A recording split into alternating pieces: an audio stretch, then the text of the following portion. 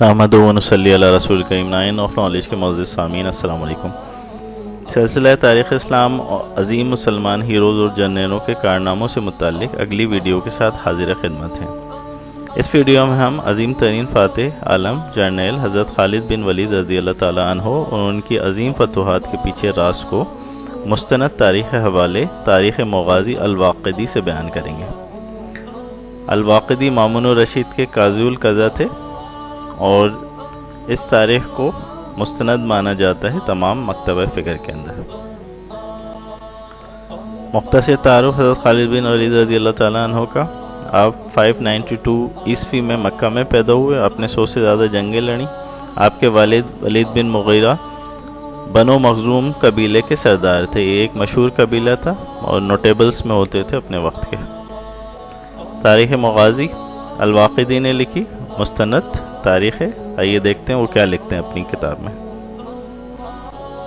آپ فرماتے ہیں، شام میں حضرت خالد بن ولید رضی اللہ تعالیٰ عنہ ایک مقابلے پہ تھے کہ ایک روز مسلمانوں کے قلیل لشکر کا دشمن سے آمنا سامنا ہوا تو انہوں نے رومیوں کے بڑے افسر کو مار دیا۔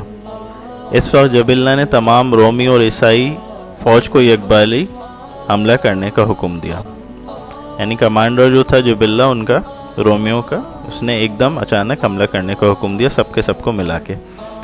صحابہ رضی اللہ تعالیٰ عنہم کی حالت نہایت نازک تھی اور رافع بن عمر تائی نے خالد رضی اللہ تعالیٰ عنہ سے کہا، آج معلوم ہوتا ہے ہماری قضا آ گئی۔ خالد رضی اللہ تعالیٰ نے کہا، سچ کہتے ہو، اس کی وجہ یہ ہے کہ میں وہ ٹوپی بھلایا ہوں جس میں حضور صلی اللہ علیہ وسلم کے منہ مبارک ہیں۔ ادھر یہ حالت تھی، ادھر رات ہی کو آپ صلی اللہ علیہ وسلم نے ابو عبیدہ بن جراح رضی اللہ تعالیٰ عنہ کو، جو فوج کے سپہ سالار تھے، خواب میں نصیحت فرمائی کہ تم اس وقت خواب غفلت میں پڑے ہو، اٹھو اور فوراً خالد بن ولید کی مدد کو پہنچو کہ کفار نے ان کو گھیر لیا ہے۔ اگر تم اس وقت جاؤ گے تو وقت پر پہنچ جاؤ گے۔ حضرت ابو عبیدہ بن جراح رضی اللہ تعالیٰ عنہ نے اسی وقت لشکر کو حکم دیا کہ جلد تیار ہو جائے۔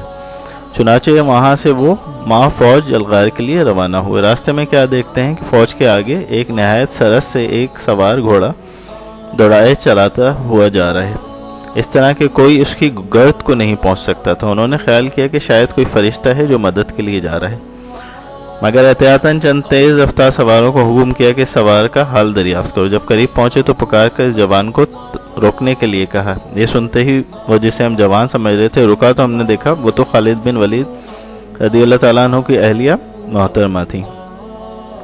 ان سے حال دریافت کیا تو گویا ہوئی، اے امیر، جب رات کے وقت میں نے سنا کہ آپ نے نہایت بےتابی سے لوگوں سے فرمایا کہ خالد کو دشمن نے گھیر لیا، تو میں نے خیال کیا کہ وہ ناکام کبھی نہ ہوں گے، کیونکہ ان کے ساتھ حضرت صلی اللہ علیہ وسلم کے منہ مبارک ہیں، مگر اتفاقاً ان کی ٹوپی پر نظر پڑی جو وہ گھر بھول آئے تھے اور جس میں منہ مبارک تھے صلی اللہ علیہ وسلم۔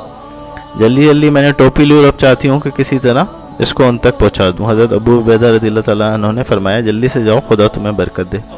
چنانچہ وہ گھوڑے کو ایڑ لگا کے آگے بڑھ گئیں۔ حضرت رافع بن عمر جو خالد بن ولید رضی اللہ تعالیٰ عنہما کے ساتھ بیان کرتے ہیں کہ ہماری یہ حالت تھی کہ اپنی زندگی سے مایوس ہو گئے تھے کہ یک بارگی تحلیل و تکبیر کی آوازیں بلند ہوئیں۔ حضرت خالد بن ولید رضی اللہ تعالیٰ عنہ کو تجسس ہوا کہ یہ آواز کہاں سے آ رہی ہے۔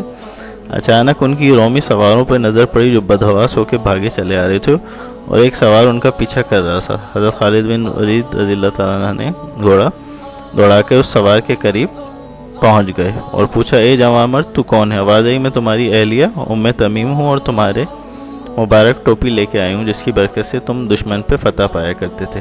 راوی حدیث قسم کھا کے کہتے ہیں کہ جب خالد بن ولید رضی اللہ تعالیٰ نے ٹوپی پہن کے کفار پہ حملہ کیا تو لشکر کفار کے پاؤں اکھڑ گئے اور لشکر اسلام کو فتح نصیب ہوئی۔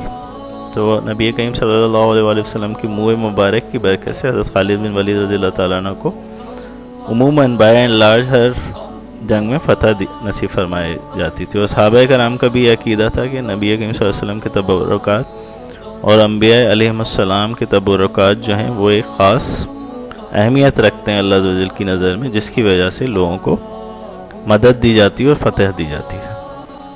اگر ہماری ویڈیو پسند آئی ہو تو ہمارے چینل کو سبسکرائب کر لیں، بیل آئیکن کو کلک کر لیں تاکہ مزید اس طرح کی ویڈیو آپ تک پہنچتی رہیں۔